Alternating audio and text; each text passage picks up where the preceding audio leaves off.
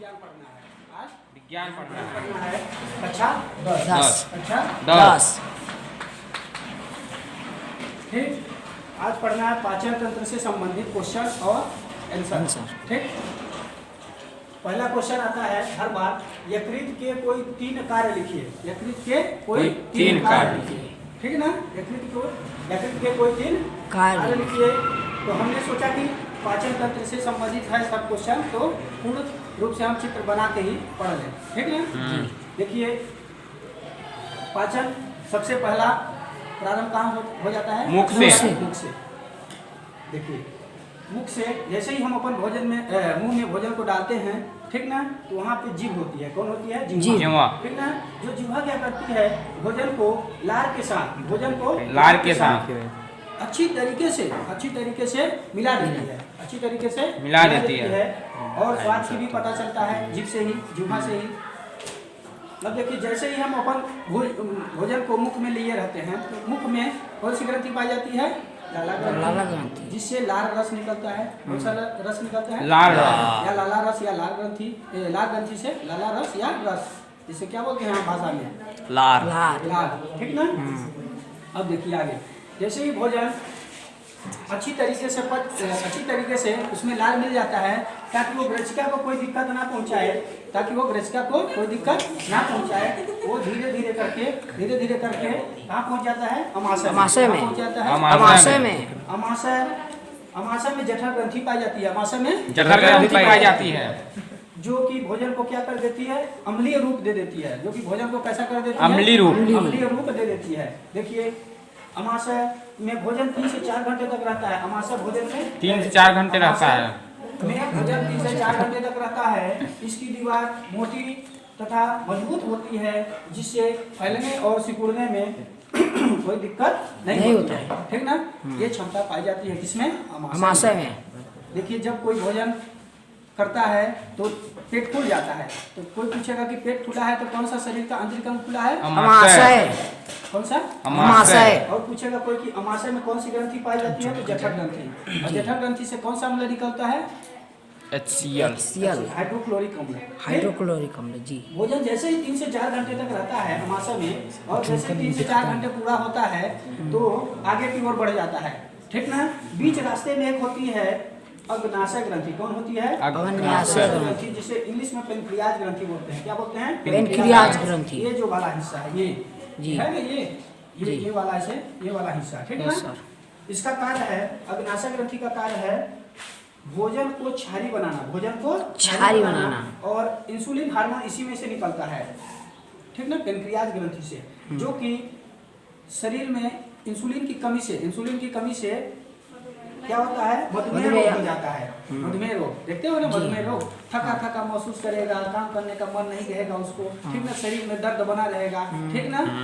अब देखिए, और मीठा चीज खाने में जब हॉस्पिटल में जाएंगे तो बोलेंगे डॉक्टर साहब की मीठा चीज खाना कम कर दो। ठीक जी।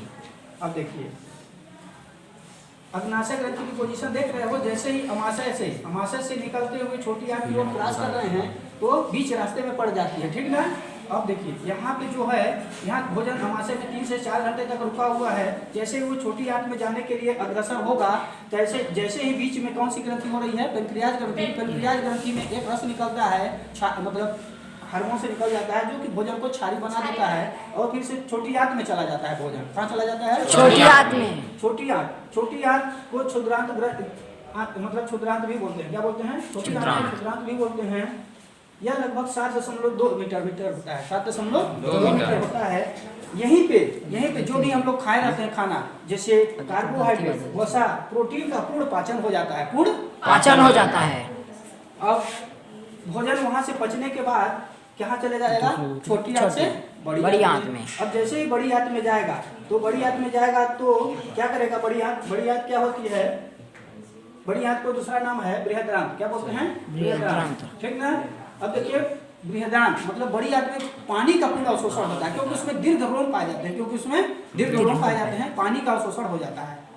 कहाँ हो जाता है? पानी का अवशोषण। ठीक ना। तो कोई पूछेगा कि भोजन का पचना कहाँ प्रारंभ होता है? तो मुख से होता है। और पूर्ण पाचन भोजन का कहाँ हो जाता है? लगभग कार्बोहाइड्रेट का, वसा का, प्रोटीन का। ठीक ना। पूर्ण पाचन। देखिए कहते हैं ना संतुलित भोजन लीजिए, तो उसमें भोजन में संतुलित भोजन में कार्बोहाइड्रेट होता है, वसा होता है, प्रोटीन होता है और खनिज लवण और विटामिन होते हैं। जो कार्बोहाइड्रेट होता है सिर्फ शरीर को ऊर्जा देता है, सिर्फ शरीर को ऊर्जा देता है। जैसे अपन लोग देखते हैं खिलाड़ियों को कहते हैं तत्काल उसको ऊर्जा चाहिए क्योंकि वो थक गया है, ठीक ना, तो उसको ग्लूकोज दिया जाता है। ग्लूकोज शरीर को तत्काल ऊर्जा उपलब्ध करवाता है, ठीक ना। और वसा, अब देखिए वसा भी जल्दी ऊर्जा सबसे ज्यादा वसा ही देगा, लेकिन उसको टूटने की क्षमता जो होती है शरीर में थोड़ा देर से टूटता है, थोड़ा देर से टूटता है, इसलिए थोड़ा समय लगता है उसको। तो शरीर में सबसे जल्दी सबसे पहले कौन ऊर्जा देगा? कार्बोहाइड्रेट। कार्बोहाइड्रेट से ग्लूकोज मतलब मिलता है, ठीक है। अब देखिए जैसे ही हम अपन लोग कार्बोहाइड्रेट क्या करेंगे? कार्बोहाइड्रेट ये है कार्बोहाइड्रेट, ठीक है। जैसे हो गया गेहूं, जैसे गेहूं चावल, गेहूं चावल, गन्ना, आलू आदि मान लीजिए, ठीक ना। इससे संबंधित ये समझिए कार्बोहाइड्रेट वे पदार्थ होते हैं जो शरीर को ऊर्जा देते हैं।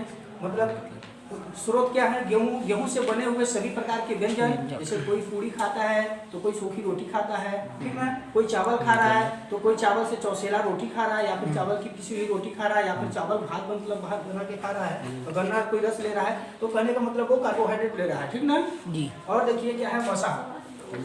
वसा, ठीक ना। ये शरीर को ऊर्जा देगा कार्बोहाइड्रेट, ठीक है। वसा क्या करता है? सभी प्रकार के तेल, सभी प्रकार के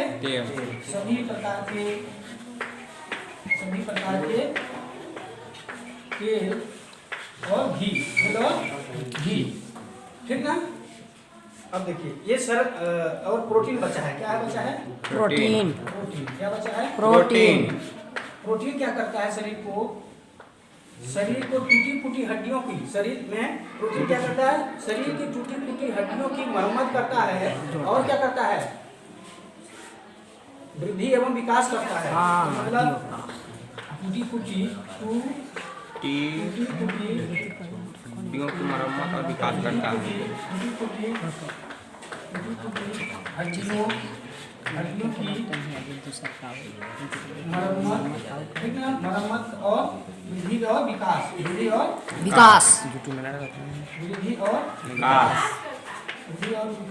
ठीक ना। वृद्धि और विकास है, ठीक है।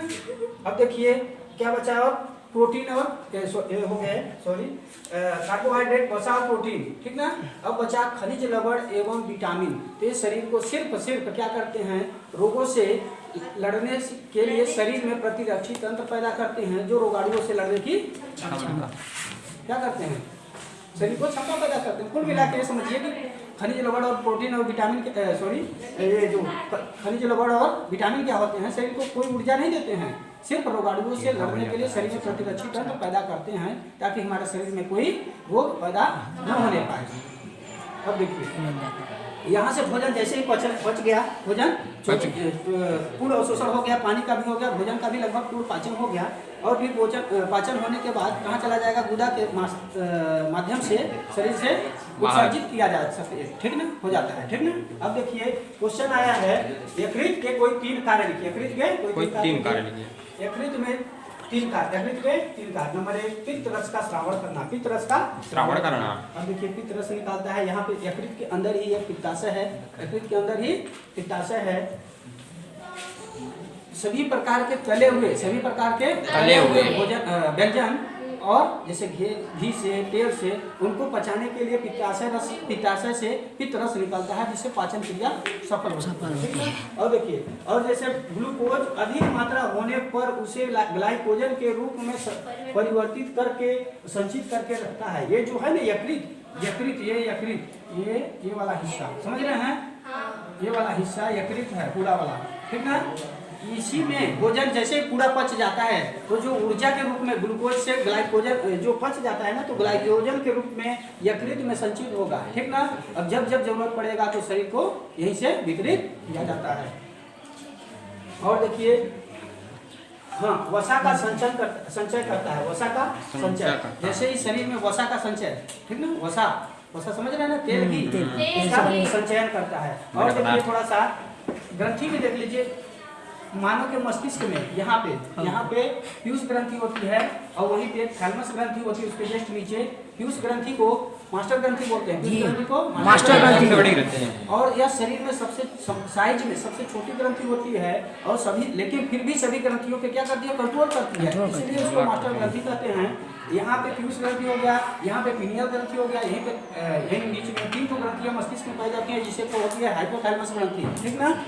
और यहाँ पे पाई जाती है सामने की ओर एच के आकार में, सामने की ओर एच के आकार में थायराइड ग्रंथि पाई जाती है, जिसको बोलते हैं, क्या बोलते हैं, थायराइड ग्रंथि, ठीक ना। कहते हैं पीछे की ओर पैराथायराइड ग्रंथि होती है, पीछे की ओर पैराथायराइड ग्रंथि, ठीक ना। अब देखिए थायराइड ग्रंथि, जिसमें क्या होता है, एक घेघा रोग हो जाता है, ठीक है। शरीर में आयोडीन की कमी से, आयोडीन की कमी से घेघा नामक रोग हो जाता है। घेघा नामक रोग का 3 नाम है। नंबर एक घेघा रोग, क्या बोलेंगे, घेघा रोग या गलगंड रोग या ग्वाइटर रोग या ग्वाइटर, ठीक ना। क्योंकि गले में होता है इसलिए गलगंड रोग बोलते हैं। इसकी कमी को सुनिए, इस कमी को पूरा करने के लिए, जो रोग हो रहा है ना, इस कमी को पूरा करने के लिए जो गांव में देहात में जो टुड़किवा नमक होता है ना, उस नमक को खाइए तो आयोडीन की कमी शरीर में पूर्ण रहेगी और कभी भी इस रोग से पीड़ित नहीं होंगे, ठीक ना।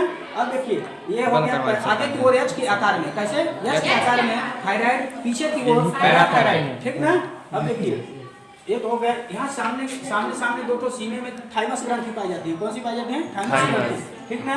उसी के जस्ट नीचे ये तो है यकृत ग्रंथि। यकृत ग्रंथि शरीर की सबसे बड़ी ग्रंथि है। यकृत ग्रंथि शरीर की सबसे बड़ी ग्रंथि है। सबसे बड़ी ग्रंथि शरीर की सबसे बड़ी ग्रंथि, शरीर की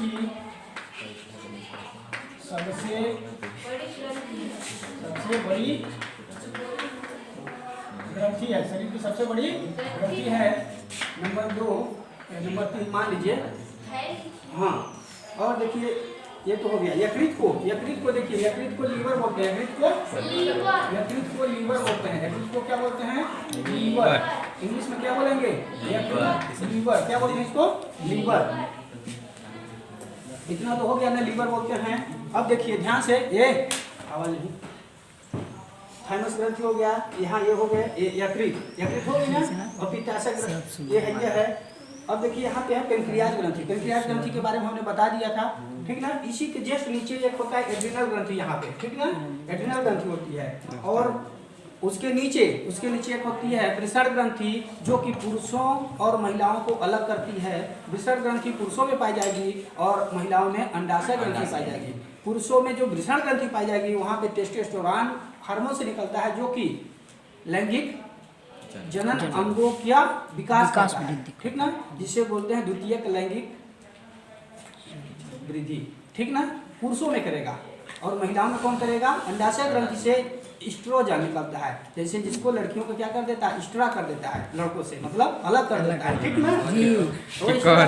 क्या होता है, वो क्या करेगा, लड़कियों के द्वितीयक जनन को वृद्धि एवं विकास करेगा, ठीक ना। बस यही एस्ट्रा अलग है, एस्ट्रा अलग क्या है, वृषण ग्रंथि और अंडाशय ग्रंथि। यही 2 ग्रंथियां जो कि मानव में मादा और नर को अलग करता है। अभी रहने दीजिए, ठीक ना जी, इतना होगा ना। अब कोई दिक्कत हो, इसमें से कोई कमेंट करना हो तो करिए, कोई पूछना हो तो।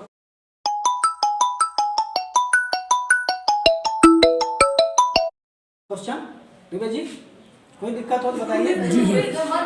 कोई पूछेगा क्वेश्चन। देखिए क्वेश्चन पूछेंगे कि पानी का अवशोषण कहाँ होता है, तो बड़ी आंत में होता है। भोजन का पचना कहाँ होता है, छोटी आंत में होता है। और देखिए छोटी आंत पतली होती है और लंबी होती है, पतली होती है, लंबी होती है, जिसकी लगभग लंबाई 7.2 मीटर होती है, जबकि बड़ी आंत की लंबाई छोटी होती है और चौड़ी होती है, ठीक। अब देखिए आज अपन लोग इतना पढ़ेंगे, ठीक है ना, आज अपन लोग इतना पढ़ेंगे। इसमें से कई क्वेश्चन बन रहे हैं, कोई पूछे कि श्वास नली क्या करती है, तो श्वास नली क्या करती है? ऑक्सीजन को लेती है और CO2 को और छोड़ती है। CO2 को बाहर छोड़ती निकालने में है। मदद करती है। जी। उसी प्रकार गच्छका क्या करती है? भोजन को अमाशय में जाने के लिए रास्ता है ना। अब देखिए जिह्वा का भी पता चल गया, जिह्वा से स्वाद का पता चलता है, पित्ताशय को पता ही चल गया, लगभग यकृत को प्रयोगशाला कहते हाँ, हैं। यकृत को जैविक प्रयोगशाला कहते हैं। भोजन को पचाने के बाद ग्लाइकोजन के रूप में स्टोर किया जाता है, संचित किया जाता है, ठीक ना। इतने तो हो गए ना, आज बस इतना ही पढ़ना है।